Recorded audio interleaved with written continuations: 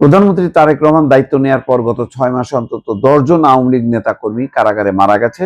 তাদের অধিকাংশের বিরুদ্ধে সুনির্দিষ্ট অপরাধের অভিযোগ আনা হয়নি বলে দাবি করেছে HRW। সরকারের উদ্দেশ্যে একটা কঠিন বিবৃতি দিয়েছে HRW, হিউম্যান রাইটস ওয়াচ। সেখানে বলা হয়েছে, বাংলাদেশে ক্ষমতাচ্যুত আওয়ামী লীগ সরকারের সঙ্গে সংশ্লিষ্ট রাজনৈতিক এবং অন্যদের অনির্দিষ্টকাল বিনা বিচারে আটক রাখা বন্ধ করতে সরকারের প্রতি আহ্বান জানিয়েছে আন্তর্জাতিক মানবাধিকার সংস্থা হিউম্যান রাইটস ওয়াচ। একই সঙ্গে কারাগারে আটক অবস্থায় মৃত্যুর ঘটনাগুলোর স্বাধীন তদন্ত, নির্দোষ বলে ধরে নেওয়ার নীতি এবং ন্যায় বিচারের অধিকার নিশ্চিত করার আহ্বান জানিয়েছে সংস্থাটি। আমি এর আগে বলেছি, এখন যে অবস্থাটা, এটা কিন্তু থাকবে না। ইউনূস সরকারের আমলে এটা অন্তর্বর্তী সরকার। এই কারণে ইউরোপীয় পশ্চিমা দেশ বা মানবাধিকার সংগঠনগুলো গণ অভ্যুত্থান পরবর্তী অনেক পরিস্থিতিকে তারা ওভারলুক করেছে। কিন্তু আস্তে আস্তে চাপ বাড়বে। আগামী নির্বাচন আসতে আসতে আওয়ামী লীগকে নির্বাচনের অধিকার দিতে হবে, তার নিষেধাজ্ঞা প্রত্যাহার করতে হবে।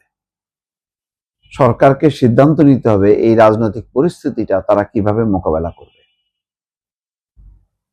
যেভাবে গত নির্বাচন হয়েছে, আগামী নির্বাচন কিন্তু ওইভাবে হবে না, এই কম্বিনেশনে হবে না যে নির্বাচনে বিএনপি, জামাত, এনসিপি, অন্যরা না। এটা কেবল শুরু হলো। দেখেন, এই ধরনের বিবৃতি তারা মাঝে মধ্যে দিয়েছে, কিন্তু এখন খুব সুনির্দিষ্টভাবে তারা বলতেছে। আপনি কিছুক্ষণ আগে দেখলাম যে মোজাম্মেল বাবু, শ্যামল দত্ত, ফারজানা রূপাকে জুলাই গণহত্যার উস্কানি দেওয়ার জন্য আন্তর্জাতিক অপরাধ ট্রাইব্যুনালে তাদেরকে হাজির করা হচ্ছে। এখন সবগুলো যাদেরকে আটক রাখা হয়েছে তাদের ব্যাপারে সুনির্দিষ্ট অভিযোগ এনে বিচার করতে হবে। বিচার ছাড়া বছরের পর বছর, মাসের পর মাস ধরে আটক রাখা যাবে না। এটা যদি অব্যাহত থাকে, আরো কিছুদিন হয়তো দেখবে আন্তর্জাতিক সংগঠনগুলো, এরপরে কিন্তু চেপে ধরবে। আমি এর আগেও বলেছি যে যাদেরকে আটক করা হয়েছে শত শত, তাদের বিরুদ্ধে এই যে ভুয়া যে হত্যা মামলা,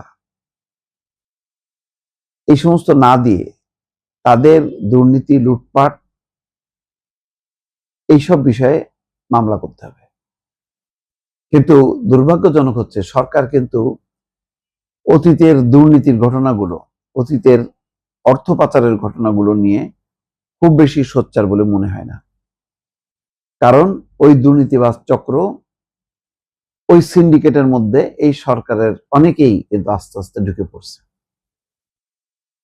কারণ ওই সিন্ডিকেটটাই তো টাকা তৈরি করে, কোথা থেকে টাকা সংগ্রহ করতে হয় আর দিতে হয় এটা জানে। তো এখন যারা আসছে নতুন, তারা তো এখন ওই জায়গা থেকে যখন কি টাকা পাচ্ছে, তখন বলছে যে আচ্ছা ঠিক আছে, ঘাটাঘাটি করার দরকার নেই, যেভাবে আছে সেভাবে চলুক। তো কি করা হচ্ছে? গণহত্যা মামলা, গণহারে। এটি কিভাবে প্রমাণ হবে? অল্প কিছু যারা ভিডিও ফুটেজ, সাক্ষী, যারা একদম ফিল্ড লেভেলে যারা হত্যা করছে, এরকম কিছু লোক ছাড়া ওই উস্কানি দাতা হিসেবে শেখ হাসিনা সহ কিছু জনকে ফাঁসানো যাবে। কিন্তু শত শত হাজার হাজার মানুষের বিরুদ্ধে সুনির্দিষ্ট অভিযোগ এনে তাদেরকে স্বাধীন বিচারের মুখোমুখি করা খুব কঠিন। তাহলে বিচার বিভাগকে ওই নির্দেশ দিতে হবে যে এটা করো, ওইটা করো। প্রশাসনিক নির্দেশে বিচার হবে, স্বাধীন বিচার কিন্তু আর হবে না। সুতরাং সময়টা কিন্তু আস্তে আস্তে কঠিন হয়ে আসতেছে। এটা বর্তমান সরকারকে মাথায় রাখতে হবে। সোমবার প্রকাশিত এক বিবৃতিতে HRW বলেছে, 2024 সালের আগস্টে শেখ হাসিনা প্রধানমন্ত্রীর পদ ছাড়ার পর পুলিশ আওয়ামী লীগের হাজার হাজার নেতাকর্মী এবং সমর্থককে আটক করে।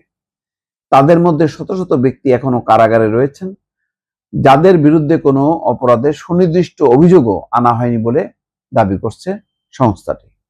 HRW বলছে, শেখ হাসিনা সরকারের গুরুতর মানবাধিকার লঙ্ঘনের সঙ্গে কিছু কর্মকর্তা জড়িত থাকতে পারেন, তবে আন্দোলনকারীদের হত্যার অভিযোগে অনেককে দৃশ্যমান প্রমাণ ছাড়াই গ্রেপ্তার করা হয়েছে।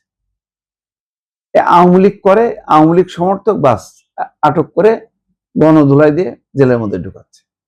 এগুলি চলবে না, এগুলি খুব অন্যায় করা হয়েছে। আসল ক্রিমিনালরা চলে গেছে, আর যেগুলি ঘুরে বেড়াচ্ছে সেগুলিকে ধরে ধরে পিটানো ঠিক না। আখতারুজ্জামান, আমি বলতে পারি সাবেক ভিপি আখতারুজ্জামান আওয়ামী লীগ একটা উপেক্ষিত মানুষ। তারপরে ওই যে লতিফ সিদ্দিকী, এইসব লোকগুলিকে আটক করে কি বিচার করবে, কি আওয়ামী লীগের সাথে সম্পৃক্ত করবে? শুধুমাত্র এমপি ছিল এবং কোন এক সময় তারপরে আর তার দলের সাথে কোনো যোগাযোগ নাই, দল থেকে উপেক্ষিত বা দল থেকে বিচ্ছিন্ন, সেই সব লোকগুলিকে আওয়ামী লীগ ট্যাগ দিয়ে ধরে ধরে কারাগারে ঢুকানো, এইগুলি যথেষ্ট হয়েছে, এগুলি এখন বন্ধ করা উচিত। এখন বলছেন যে অনেক বয়স্ক যাদেরকে আটক করা হয়েছে তাদের অনেক বয়স্ক গুরুতর স্বাস্থ্য সমস্যায় ভুগছেন, তাদের জামিন এবং চিকিৎসা সহ মৌলিক অধিকার থেকে বঞ্চিত করা হচ্ছে। প্রধানমন্ত্রী তারেক রহমান দায়িত্ব নেওয়ার পর গত 6 মাসে অন্তত 10 জন আওয়ামী লীগ নেতা কর্মী কারাগারে মারা গেছে। তাদের অধিকাংশের বিরুদ্ধে সুনির্দিষ্ট অপরাধের অভিযোগ আনা হয়নি বলে দাবি করেছে HRW। অভিযোগ আনা হলো না, শুধু অসুস্থতার কারণে মারা গেল, এটা দুঃখজনক। এর চেয়েও আমি মানি যে অনেক নির্মম দুঃখজনক ঘটনা ঘটছে গত 15 বছরে, কিন্তু তার বিপরীতে একই রকম পরিণতি হবে বিরোধী পক্ষের, এটাও ঠিক না। আইনের শাসন নিশ্চিত করতে হবে, সুবিচার নিশ্চিত করতে হবে।